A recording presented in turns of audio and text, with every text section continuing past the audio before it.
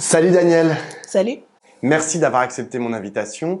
Daniel, tu es député La France Insoumise NUPES de Paris et si je t'ai invité, c'est pour parler de ce qui se passe à la France Insoumise depuis maintenant une dizaine de jours et que le député François Ruffin a résumé sous un titre que je trouve plutôt rigolo et assez adéquat. Il a dit que c'était rififi à la France Insoumise après l'éviction. En tout cas, ça a été vécu comme tel par 5 ou 6 personnalités de premier plan de votre mouvement. Mais avant de parler de ça, je voudrais qu'on revienne sur ce qui s'est passé hier avec la défaite en finale de l'équipe de France de football battue au tir au but par l'équipe d'Argentine. Comment toi, tu as vécu ce moment? Quel enseignement finalement tu tires de cette Coupe du Monde? À mon avis, c'est que le football reste un sport à la fois populaire et merveilleux dans l'union que ça crée, et pas juste en France. Moi, j'ai regardé aussi les réactions qu'il y avait en Argentine, parce que c'est beau, quoi, cette ferveur, en fait, par rapport à laquelle on peut pas être indifférent. Et puis, il y a eu des belles histoires quand même, l'épopée de l'équipe marocaine. Ils ont été fabuleux et ça, voilà, je trouve qu'il y a un côté universel qu'aucun autre sport n'a. Donc oui, il y a de la déception, mais il y a effectivement eu une finale d'anthologie. Le roi Mbappé est rentré dans la légende, Messi était sur le toit du monde, et donc il y a quelque chose, voilà, d'universel qu'on a partagé et sans regret, parce que le match, on l'a vu, l'équipe de France n'a pas été au top pendant une bonne partie, et en même temps il y a eu ce sursaut-là qui était merveilleux. Et voilà, et puis c'est le foot, c'est beau, c'est fort. Pour toi, il Euh, n'a jamais été question de boycotter cette Coupe du Monde. Alors la question, c'est quel boycott? Parce que effectivement, nous, on a interpellé très régulièrement le gouvernement sur les circonstances dans lesquelles se tenait cette Coupe du Monde, les circonstances dans lesquelles, y compris, elle a été attribuée, puisque la France a été mise en cause. Et il y a en ce moment, au niveau de l'Union européenne même, également un scandale extrêmement grave, inédit dans l'histoire de l'institution. Donc oui, bien sûr, la question du traitement des ouvriers, plus de 6500 qui sont morts dans le cours de la préparation de cette Coupe du Monde. Et donc nous, en tant que responsables politiques, bien sûr qu'on interpelle les responsables politiques, ceux qui ont le pouvoir d'afficher, de construire un rapport de force pour changer la situation. On a relayé notamment la demande d'Amnesty International auprès de la FIFA pour qu'un fonds soit créé d'indemnisation et de réparation pour les familles des ouvriers morts. Donc ça, ce sont des gestes politiques qui peuvent être faits. Et donc, voilà, ensuite, c'est ce à quoi on a appelé, c'est un boycott diplomatique. Le fait de dire que les responsables politiques n'étaient pas obligés de se rendre au Qatar et de légitimer d'une certaine manière, par ce geste-là, le pouvoir en place. Raté. Emmanuel Macron n'était pas obligé non plus de saluer l'organisation très bonne, la sécurité très bonne, voilà, d'une manière que j'ai trouvée particulièrement indécente, quand on sait les circonstances dans lesquelles tout cela a lieu, quand on sait la répression que fait subir ce régime à tout un tas de catégories de la population, qu'elles soient étrangères, notamment les travailleurs, mais aussi sa propre population, les femmes, les personnes LGBT. Donc voilà, c'est une question de responsabilité politique qui, je trouve, par rapport à laquelle la France n'a pas été à la hauteur. Et ensuite, la question, c'est qu'est-ce que les gens en France ont comme pouvoir sur ça? C'est mettre la pression sur son gouvernement, mais ensuite, individuellement, il ne s'agit pas de jeter la pierre aux gens qui aiment le sport, aiment le foot, et je pense que beaucoup sont choqués d'avoir appris dans quelles circonstances tout cela s'est fait. Et nous, notre travail, c'est de construire cette conscience-là, mais sans pour autant dire aux gens, en fait, si vous regardez, vous appréciez voilà, le sport le plus populaire au monde, vous êtes complice de quoi que ce soit. Donc, je pense on peut articuler les deux, tenir une position politique d'interpellation, de solidarité avec celles et ceux qui sont victimes des conditions dans lesquelles ça a lieu, et en même temps partager un moment de ferveur populaire et apprécier un sport qui est un beau sport.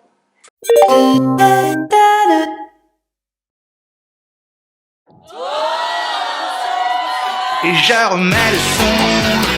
Passons à la politique maintenant. Alors ça fait maintenant un peu plus de 10 jours que à la France Insoumise, on ne parle que de ça. On a du mal d'ailleurs à parler d'autre chose, parler de ce qui s'est passé donc à l'Assemblée représentative samedi en 8, où il y a eu un changement de direction. Donc c'est la coordination des espaces en gros qui a changé. Bref, en gros, les chefs de la France Insoumise ont été choisis sans vote.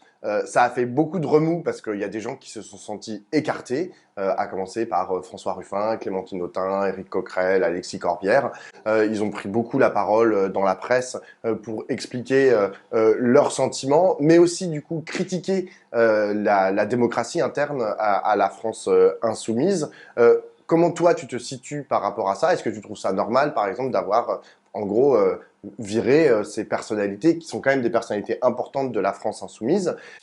D'abord, moi, je faisais partie de l'ancienne coordination, je fais partie de la nouvelle, donc je parle ayant assumé politiquement le travail qui a été effectué, qui ne se résume pas aux 10 derniers jours, qui ne se résume pas non plus à l'Assemblée représentative, ni aux commentaires qui en sont faits, qui s'inscrit dans un long processus de débat, de dialogue, de construction, qui s'est déroulé depuis au moins les amphis cet été, où il y a eu des échanges, des contributions des différents espaces qui existaient. Donc déjà, si on veut avoir une discussion qui est légitime et pouvoir répondre aux questions, il faut éviter de prendre par le petit bout de la lorgnette.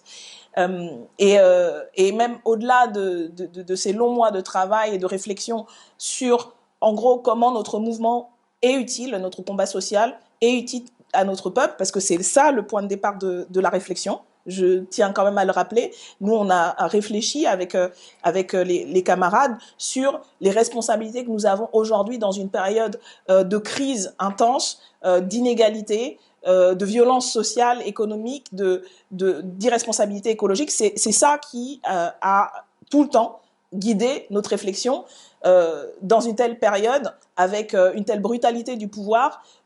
La France insoumise a une responsabilité en tant que principale force de gauche, en tant que principale constructrice de la NUPES, qui est l'alternative aujourd'hui à la Macronie, et face au Rassemblement national et à l'extrême droite. Et donc c'est ça le point de départ de la discussion.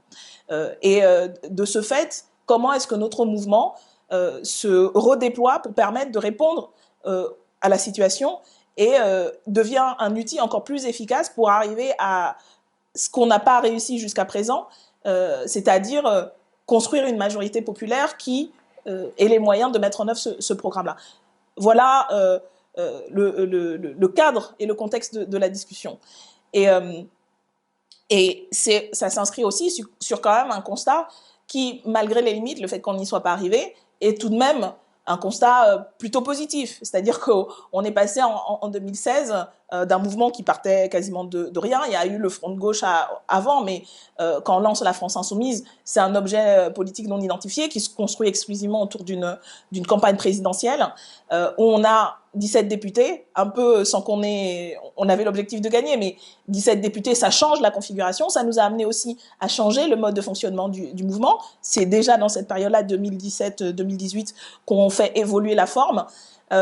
Et cette forme-là, elle permet 22% pour Jean-Luc Mélenchon à la présidentielle et 75 députés. Donc ça, c'est le deuxième élément, c'est-à-dire qu'on n'est pas dans une situation où on peut prétendre que ce qu'on a fait jusqu'à présent, c'est certainement pas parfait. Il y a des limites, il y a des faiblesses, et d'ailleurs c'est pour ça qu'on s'est posé toutes ces questions-là, parce que on identifiait les limites et les faiblesses, mais ce n'est pas sur la base d'un échec total non seulement de la stratégie, mais de la forme du mouvement, parce que je pense que c'est une partie du débat et du désaccord que il y a avec un certain nombre de camarades, la forme mouvement et le fait de choisir de maintenir cette forme mouvement par rapport à ce que proposent ou veulent d'autres camarades, c'est-à-dire de revenir à une forme un peu plus classique. Je n'en fais pas le reproche, je pense que c'est tout à fait légitime, mais ce n'est pas ce choix-là. Et je pense que c'est là que se situe une partie du désaccord, de la différenciation politique, forme parti mouvement.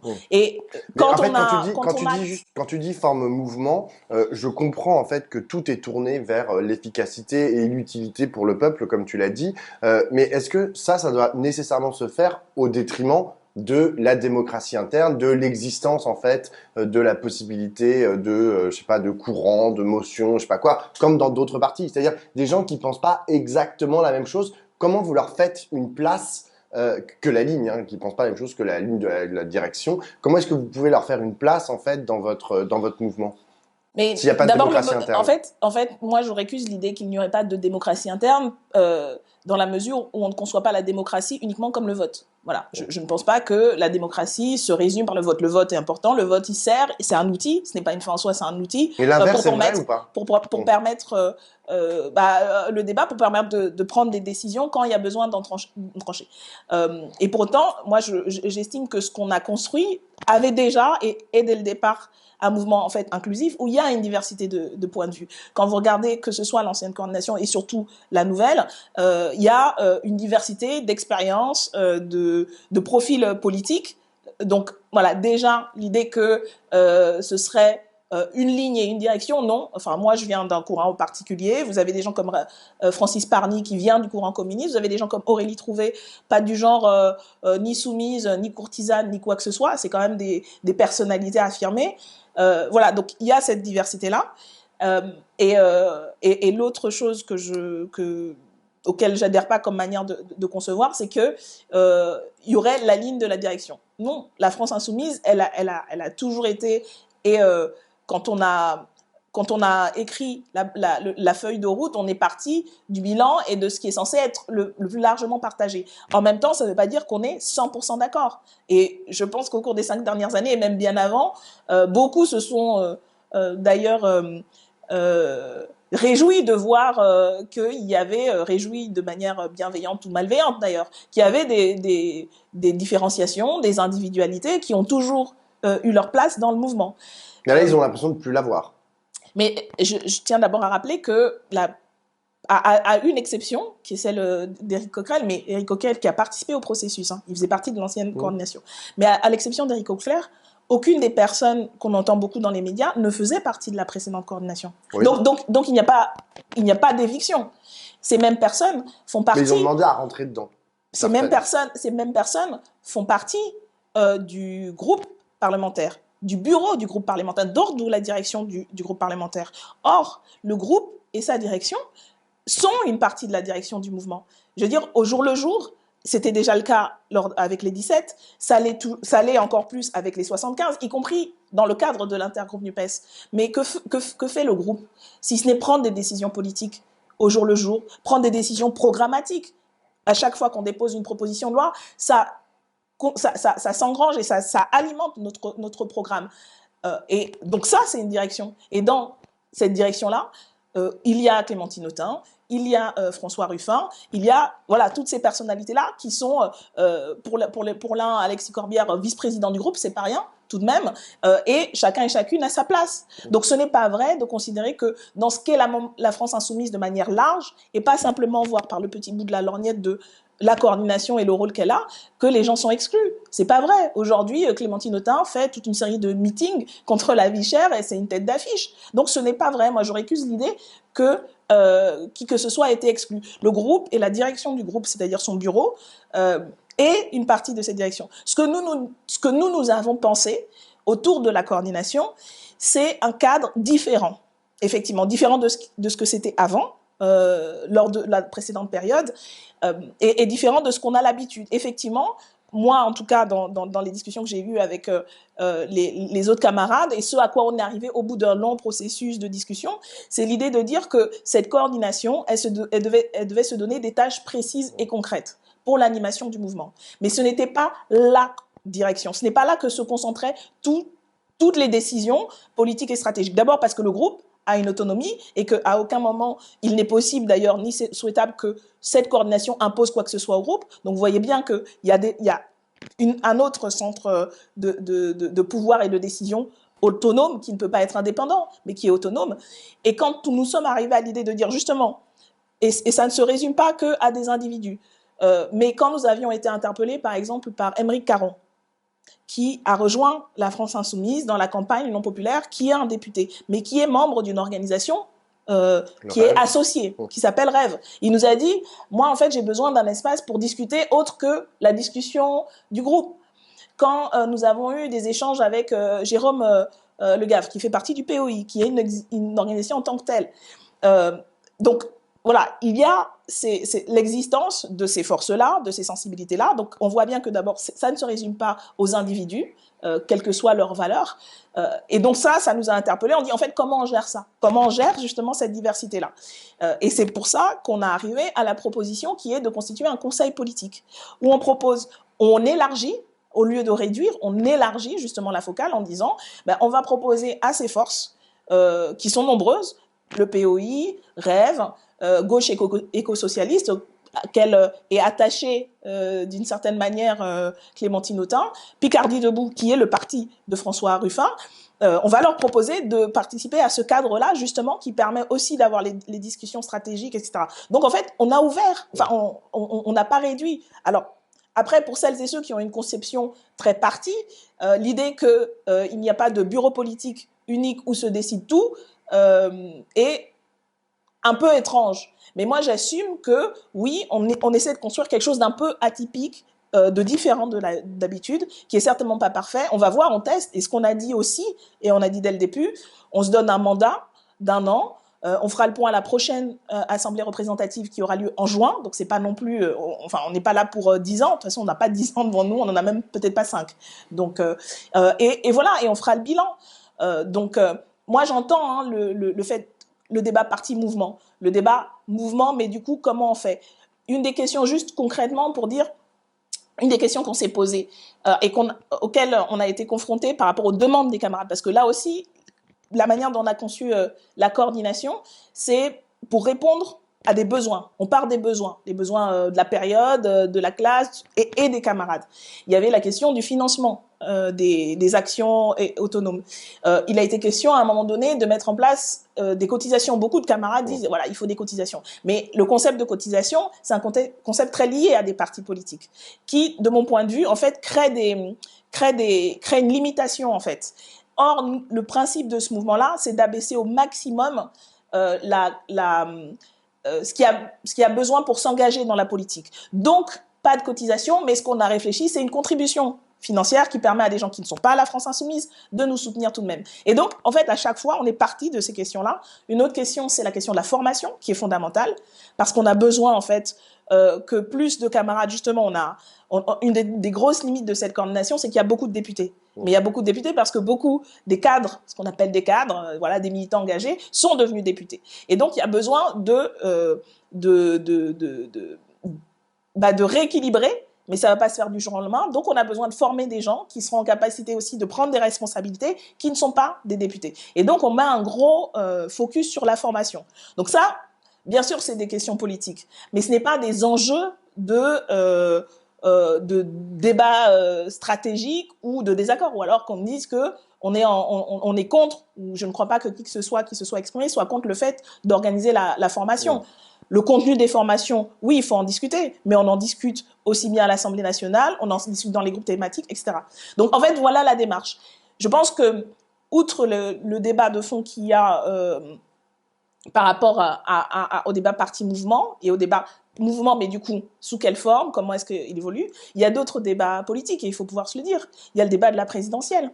Il y a le débat de ce moment particulier, parce qu'en fait, ça constitue un moment particulier dans notre mouvement. On est un mouvement qui s'est constitué autour de la présidentielle. Donc, c'est un moment important. C'est un moment aussi qui crée d'autres formes. Par exemple, au cours des 5 dernières années, il y avait le groupe, il y avait la coordination qu'on avait mis en place, et à un moment donné, il y a eu une équipe de campagne pour la présidentielle, et qui est devenue un lieu où se prenaient beaucoup de décisions. Et donc, ça, il faut l'anticiper, il faut pouvoir le préparer, parce qu'on sait que ça joue un rôle. Ce que dit Raquel, juste, c'est que précisément, votre mouvement, comme tu l'as dit, elle est d'accord avec ça, il était complètement tourné vers la présidentielle, et jusqu'à présent, vous aviez un candidat naturel que vous portiez systématiquement aux élections, c'était Jean-Luc Mélenchon. Là, aujourd'hui, je ne sais pas si Jean-Luc Mélenchon va être candidat en 2027, mais en tout cas, il y a des gens qui pourraient contester en fait le fait que Jean-Luc Mélenchon soit candidat en 2027 en disant bon, c'est bon, 3 fois, ça suffit.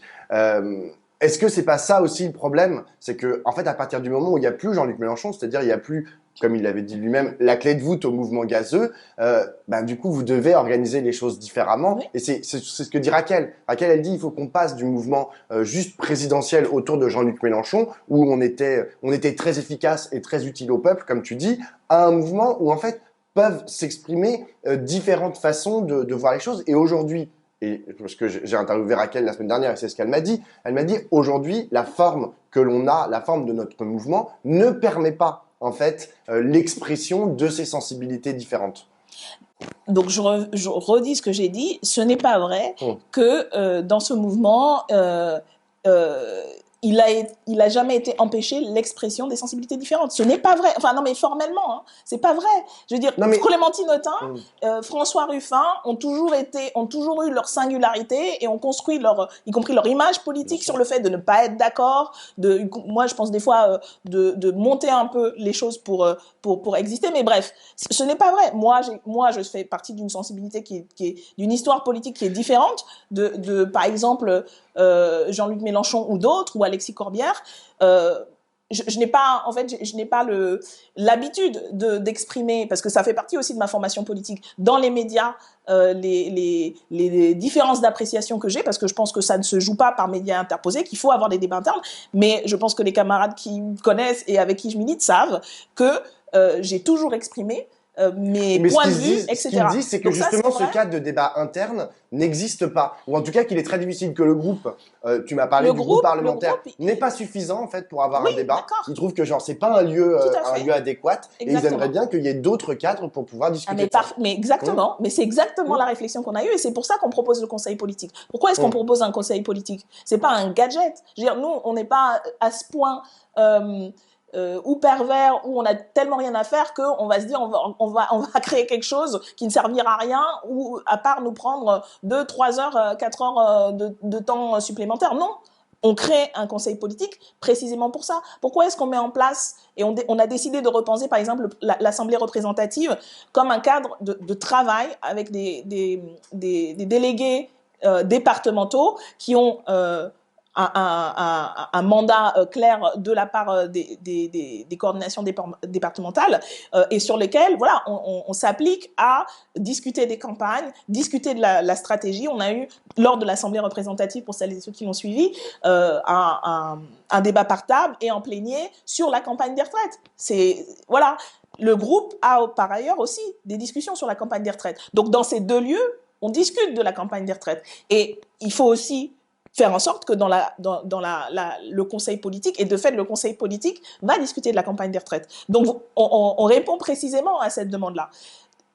Est-ce que ça va marcher? Est-ce que ça va suffire? On n'en sait rien, mais d'abord, dire que on n'a jamais eu de débat ou de diversité de points de vue dans la France Insoumise, c'est faux. Ça fait partie du récit, je sais, que c'est ainsi qu'est présentée la France Insoumise, mais dans le groupe à 17, je vous assure, même avec Jean-Luc Mélenchon, qui effectivement était la clé de voûte du groupe, même avec Jean-Luc Mélenchon, il y avait 17 points de vue qui s'exprimaient. Et franchement, comme il disait lui-même, c'était pas la tête la plus dure, hein, Jean-Luc Mélenchon. Il avait justement cette capacité aussi à tenir compte de tout le monde. Donc il y a toujours eu de la diversité. C'est juste que les manières dont ça s'exprime, et oui, ce n'est pas comme dans un parti traditionnel où on fait des factions, on élit les gens sur la base des factions, etc.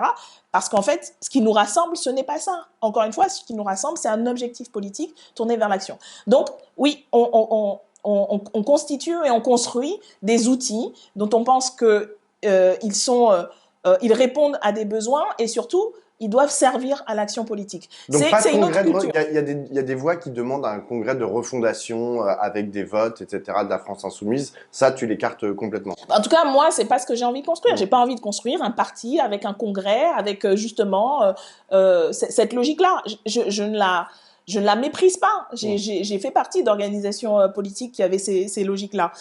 Et d'ailleurs, ces organisations sont pas non plus le meilleur exemple aujourd'hui, mais je ne les méprise pas. C'est juste que moi, je pense que ça ne correspond pas, ça ne correspond plus à ce qui a besoin dans ce moment politique.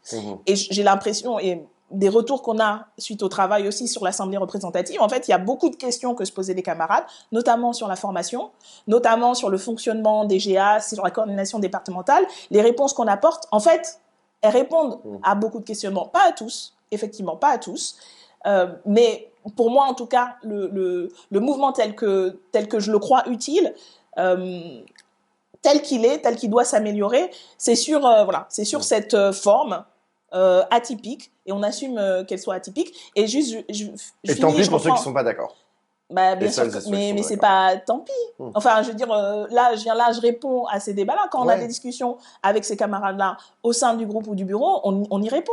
On s'étale pas parce que moi, c'est pas ma manière de faire de la politique. Je crois pas que ce soit très égal d'ailleurs, hein, parce que vraiment, on est 75 dans le groupe parlementaire. Vous n'avez pas 75 tribunes ou 75 couvertures de médias qui donnent le point de vue de chacun et chacune d'entre ces députés. Donc, il faut faire aussi attention à pas donner à quelques-uns le monopole du point de vue ou du fait que, voilà, il y a 75 députés, on est 21 aujourd'hui dans la coordination, y compris, je n'ai pas le monopole de l'appréciation et de l'analyse. Il n'y a pas que des députés dans la France. Il n'y a pas que des députés, on est nombreux dans la coordination, mais il n'y a pas que des députés. Donc bien sûr que c'est pas tant pis, bien sûr qu'on écoute, bien sûr qu'on va travailler. Mais on assume aussi la proposition politique qu'on fait, qui semble répondre à une bonne partie de ce que les militants et les militantes demandent, pas à tout, et on n'a pas tout résolu, et on dit aussi on se redonne rendez-vous.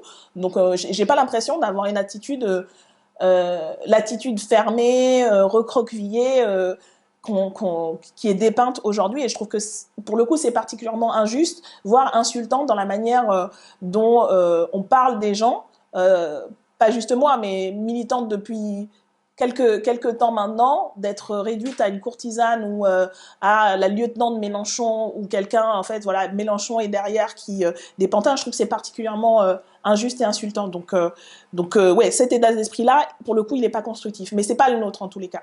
Autre question, ce qui s'est passé avec Adrien Quatennens. Il a été condamné à 4 mois de prison avec sursis pour violence physique et psychologique à l'encontre de sa femme. Je crois qu'ils n'ont pas encore terminé leur divorce, donc c'est une Quatennens. Il a été exclu du groupe.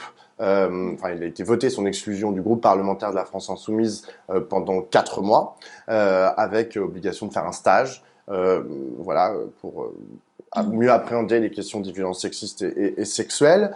Et puis, après ça, il a fait 2 interviews. Une interview à La Voix du Nord, écrite, et puis une interview sur BFM TV, que, à titre personnel, j'ai trouvé très violente, l'une comme l'autre. La question, c'est comment est-ce que ça va impacter du coup la décision que vous avez prise dans le groupe parlementaire? Est-ce que ça va l'impacter? Est-ce que vous allez la modifier? Parce que on n'a pas l'impression que je sais pas, un stage suffira à laver tout ce qu'il a balancé dans les 2 interviews. C'est-à-dire que sa communication, est-ce que la communication d'Adrien Quatennens aujourd'hui sur sa condamnation va faire évoluer en gros sa place future dans le groupe de la France Insoumise?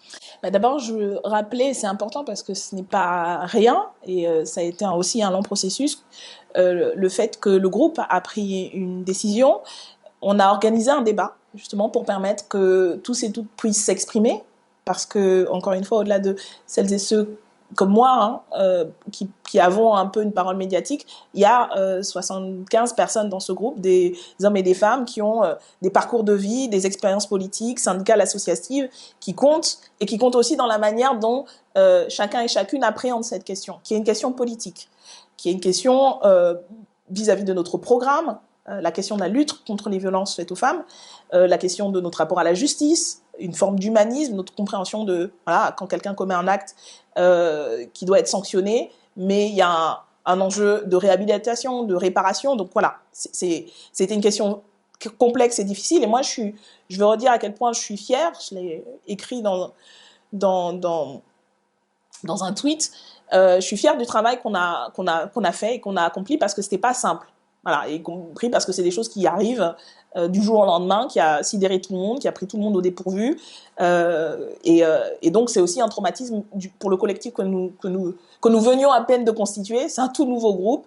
Les 3/4 des personnes ne se connaissent pas. Donc voilà, ça a été ce traumatisme-là. La décision que nous avons prise, je pense qu'elle est politique. Elle sanctionne politiquement un comportement qui est par ailleurs sanctionné par la justice et qui a une sanction sérieuse. C'est pas rien ce qui a été décidé, mais c'était nécessaire que nous prenions cette décision-là pour indiquer notre condamnation d'actes, y compris en partie reconnus, qui vont à l'encontre de ce qu'on défend. Et qui signifie, du coup, la radiation, c'est de considérer que pendant un certain temps, mais cette personne ne peut pas faire partie de nos groupes et représenter les idées qu'on défend. Pendant un certain temps. Parce que notre conception aussi humaniste, c'est de considérer que les gens ne sont pas condamnés à vie, quel que soit, à de très très très rares exceptions près, quel que soit ce qu'on a pu commettre, on doit pouvoir être réinséré socialement, et y compris politiquement dans les cadres, à partir du moment où on fait ce travail. Et la dimension de réparation est extrêmement importante. Et donc, effectivement, arrivé à ça, la prise de parole individuelle de Adrien Quatennens bouscule et quasiment efface le message politique que nous avions eu et que nous avons et sur lequel nous tenons. Moi, je pense que c'est une erreur et une faute politique parce que je ne crois pas que ça aide ni la compréhension des violences sexuelles et sexistes, y compris de leur complexité, de leur caractère structurel et le fait que les personnes qui commettent ces actes-là ne sont ni des monstres, ni des héros, ni des salauds, ce sont des êtres humains et que ça arrive à beaucoup de gens qu'on connaît. Donc il y a tout un travail à faire. Je ne crois pas que cette prise de parole aide en fait à faire ce travail-là, aide à faire avancer la conscience de masse sur ces questions-là. Je ne crois pas que ça fasse non plus avancer l'appréhension qu'on a justement de la sanction, de la réparation. Donc, voilà, après c'est un choix. Tu es une voix parmi 75 à l'Assemblée nationale dans le groupe de la France Insoumise, mais est-ce que tu vas pouvoir proposer justement, je sais pas, de faire évoluer cette sanction? Bah, écoutez, on a pris une décision, 75 personnes, je vous ai dit, avec des points de vue très différents. Il y a vraiment tous les points de vue possibles. Et donc, il faut aussi tenir compte de ça. On a fait ce travail-là. C'est un travail positif. Et l'enjeu, c'est de permettre qu'on continue dans cette voie-là. La question va se reposer à un moment donné. Elle s'est déjà posée. Certaines personnes ont pris une position politique de le mettre dans le débat. Donc, on va en discuter, bien sûr. Oui, puisque la question vient. Puisque la question vient. Donc, on va en discuter. On va en discuter. Je crois que tout le monde a à cœur. Tout le monde était vraiment... Ça a fait du bien d'avoir cette discussion, vraiment. Moi, ce qui m'embête, c'est que du coup, tout ce qu'on a construit est un peu balayé et considéré un peu comme, bon là, ça a servi à rien. Non, moi, je pense que ça a servi, en tout cas, nous, ça nous a servi à aider à commencer aussi à réparer des choses individuellement et collectivement. Et donc voilà, la question va se reposer. Ben, on a des cadres pour le faire. Est-ce qu'il va retourner? Il va revenir le 9 janvier à la prochaine... Non, pour le coup... La décision, c'est de la radiation du groupe. Donc, oui, il viendra pas à côté de vous. Ce n'est pas... Voilà, ça, la décision, elle est prise. Bien sûr. Et donc, si on doit en discuter, on en discutera. Mais ça, voilà, personne n'a jamais empêché que la discussion ait lieu. Après, il faut aussi pouvoir respecter la décision collective qui est prise. Justement parce qu'il y a un processus où tout le monde est impliqué, extrêmement inclusif, qui permet que chacun et chacune s'exprime. Et ça permet aussi de se rendre compte que personne n'a le monopole du féminisme, personne n'a le monopole non plus de l'humanisme. Et donc, c'est pas simplement celles et ceux qu'on entend qui s'expriment qui représentent tout ou l'exclusivité de ces combats-là.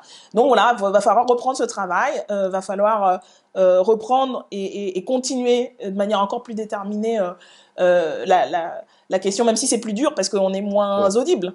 Voilà, il y a une décrédibilisation clairement sur la question des luttes contre les violences. Il va falloir continuer, reprendre le dialogue avec les associations, avec les militants aussi, parce que le mouvement est très durement impacté par ça. Je pense notamment aux jeunes insoumis et insoumises et beaucoup de celles et ceux qui nous avaient rejoints sur la base de ce qu'on défend et qu'on continue à défendre.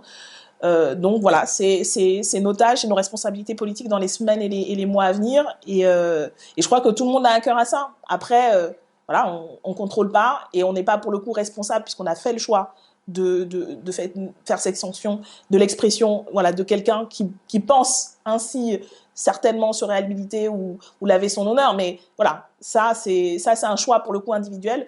Notre choix et notre responsabilité collective, c'est de maintenir les deux, notre conception féministe et en même temps notre conception humaniste qui est aussi de travailler à ce qu'il n'y ait pas de récidive, de travailler à ce que les gens ils puissent revenir et se reconstruire aussi.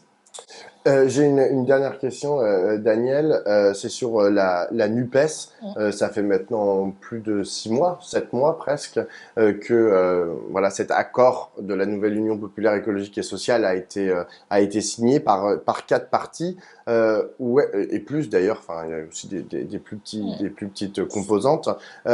Où est-ce qu'on en est exactement avec la NUPES? Je te dis ça parce que là, la prochaine élection prévue, parce qu'il y en aura peut-être d'ici là, c'est les élections européennes. Que sur la question de l'Europe, il y a quand même beaucoup de divergences. Sur la question des retraites, il y a aussi beaucoup de divergences, notamment entre vous et le Parti socialiste. Ce que je veux dire, c'est que vous aviez acté, et j'avais trouvé ça très fort dans votre accord, les désaccords. C'était en bas de chaque page, il y avait écrit oui, là on n'est pas tout à fait d'accord, etc. Mais est-ce que depuis 7 mois vous avez travaillé sur ce désaccord? On a d'abord travaillé sur les accords qu'on a, parce que c'est quand même, y compris sur la question de les retraites, y compris sur la question de l'Europe. Je renvoie à ce programme partagé qui met en avant une base sur la question des retraites et sur la question de l'Europe qui est commune. Après, il y a chacun part de son bout, mais quand même, c'est ça le point de départ. C'est ça qui permet l'accord. Mais les Verts, par exemple, ils ne peuvent pas partir avec vous. D'accord, mais d'abord, une chose après l'autre. Okay. C'est quand même la base fondamentale. Le programme de gouvernement partagé qui acte tous les points d'accord. Et c'est ça qui fait aussi la rupture par rapport à ce qui se faisait avant. Et moi, l'expérience que j'ai, je crois que nous avons depuis plusieurs mois maintenant à l'Assemblée nationale, c'est qu'on constitue véritablement la principale force parlementaire d'opposition et d'alternative à la Macronie. Donc ça aussi, ça a renforcé, ça a permis de concrétiser aussi nos propositions, les propositions d'amendements, les propositions de textes qu'on pose en commun. Et donc ça, c'est un acquis. L'autre point quand même de convergence, c'est, ça a été, tu l'as évoqué, la bataille des retraites. Parce que nous sommes nous sommes préparés et nous allons nous préparer à mener cette bataille-là ensemble. C'est pas rien. Moi, je pense que c'est aussi dans la lutte que, d'abord, on peut être emporté plus loin qu'on imaginait aller. Je crois que l'enjeu de cette bataille-là, c'est la mère des batailles.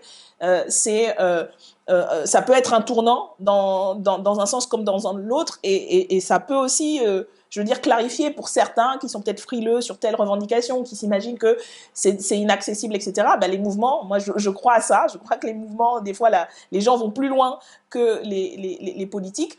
Et l'objectif de ce mouvement, c'est pas de résoudre nos problèmes à nous, c'est d'abord de gagner, d'empêcher Macron de faire cette réforme. Et je crois que dans ce processus-là, il y a aussi des choses qui vont se clarifier. Et plus on avance ensemble, plus on mène des batailles ensemble, plus on gagne des choses, et j'espère qu'on va la gagner celle-là, on va tout faire pour.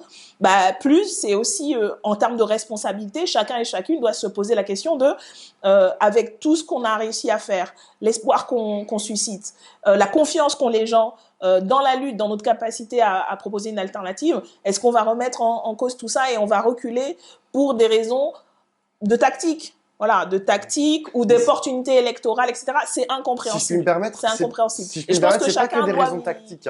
Si je puis me permettre, je pense qu'il y a aussi des choses qui sont fondamentales. C'est-à-dire que quand j'ai interrogé une conseillère régionale socialiste la semaine dernière, Sarah Kerrich, et en gros, quand je lui disais la retraite à 60 ans, elle me disait ah non, pas du tout. Genre ils sont pas pour le retour de la retraite à 60 ans. Et en fait, ce qu'elle m'expliquait, c'est que eux, Marisol Touraine, la réforme Touraine, ils sont hyper pour. Ils trouvaient ça super, c'est-à-dire l'augmentation du nombre d'annuités, c'est-à-dire de travailler 43 ans pour pouvoir avoir accès à une retraite à taux plein, et La seule chose qu'elle me mettait en avant, c'était les critères de pénibilité. Elle me dit avec les critères Mais de ça, pénibilité. c'est pas l'accord. Ça, c'est pas l'accord. Non, mais je suis d'accord. Mais c'est ce Et je que, pense que c'est son point de vue, mais ce n'est pas l'accord. bah, c'est ce que Et tout le raconte monde aussi a... Olivier Faure, Non, non, etc. non. Tout le Il monde se a débat sur la signé. retraite à 60 ans.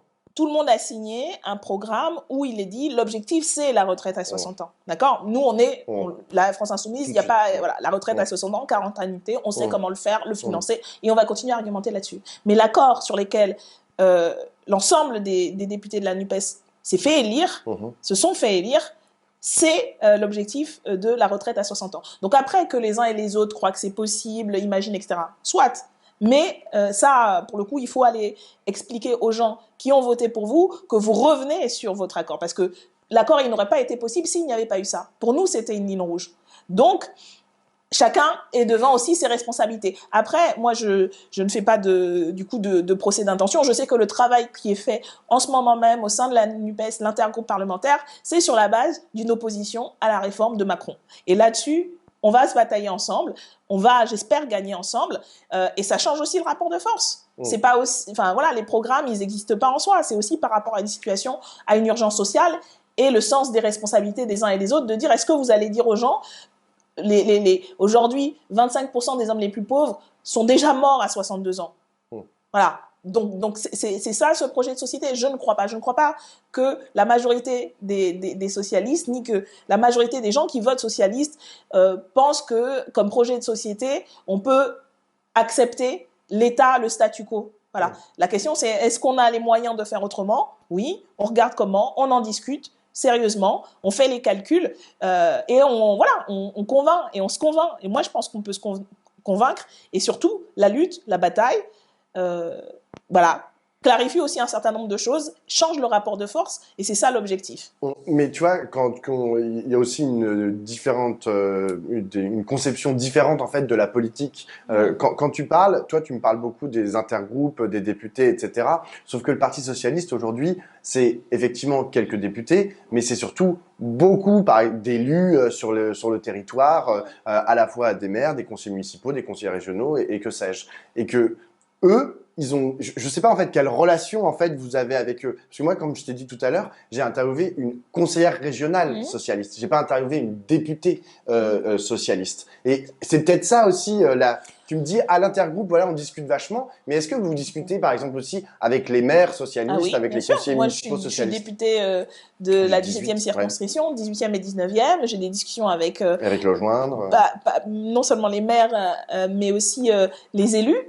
Les élus locaux.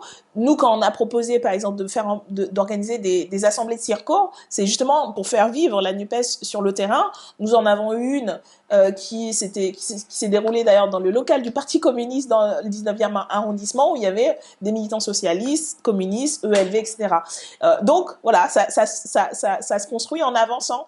Et c'est le cas dans beaucoup d'endroits, ces AG de circonscription ont lieu. Dans d'autres, c'est plus difficile, oui, parce qu'il y a dans le Parti socialiste, mais aussi à ELV ou dans le Parti communiste, des gens qui ne sont pas convaincus de la NUPES, encore, on espère les convaincre. Et donc, ça se fait plus ou moins, mais ça se fait. Ça se fait dans plein d'endroits. Et moi, c'est là-dessus, avant tout. Je parle de l'intergroupe parce que c'est là où je suis et que c'est le principal poste de bataille. Mais quand je vais en réunion publique en Gironde ou... voilà, ça permet aussi d'avoir une vision un peu plus globale. Et ce qu'on voit, c'est en tout cas la volonté des militants de base et des citoyens et des électeurs que ça marche. Le nombre de gens qui, après ou pendant la campagne des législatives, on dit on va voter pour vous, mais pourquoi vous n'avez pas fait ce truc avant? Pourquoi vous n'avez pas fait ce truc avant? Et je pense que les élus socialistes l'entendent aussi régulièrement. Entendre à quel point ça redonne confiance de voir qu'on peut être ensemble et qu'on gagne des votes à l'Assemblée nationale et qu'on met la pression, on met la Macronie à l'amende et que face à l'extrême droite, parce que c'est ça aussi, c'est pas juste nous, c'est pas de nous qu'il s'agit fondamentalement. Pourquoi on fait pas l'unité pour l'unité? On fait l'unité par rapport à la situation politique et sociale, la situation écologique, et parce que si c'est pas nous, le danger qui est réel, c'est pas un truc fantasmé, c'est pas un truc du passé, c'est l'extrême droite. Et je pense que quand il y a des enjeux à ce niveau-là, il faut penser pas juste sa personne ou son parti ou sa boutique, mais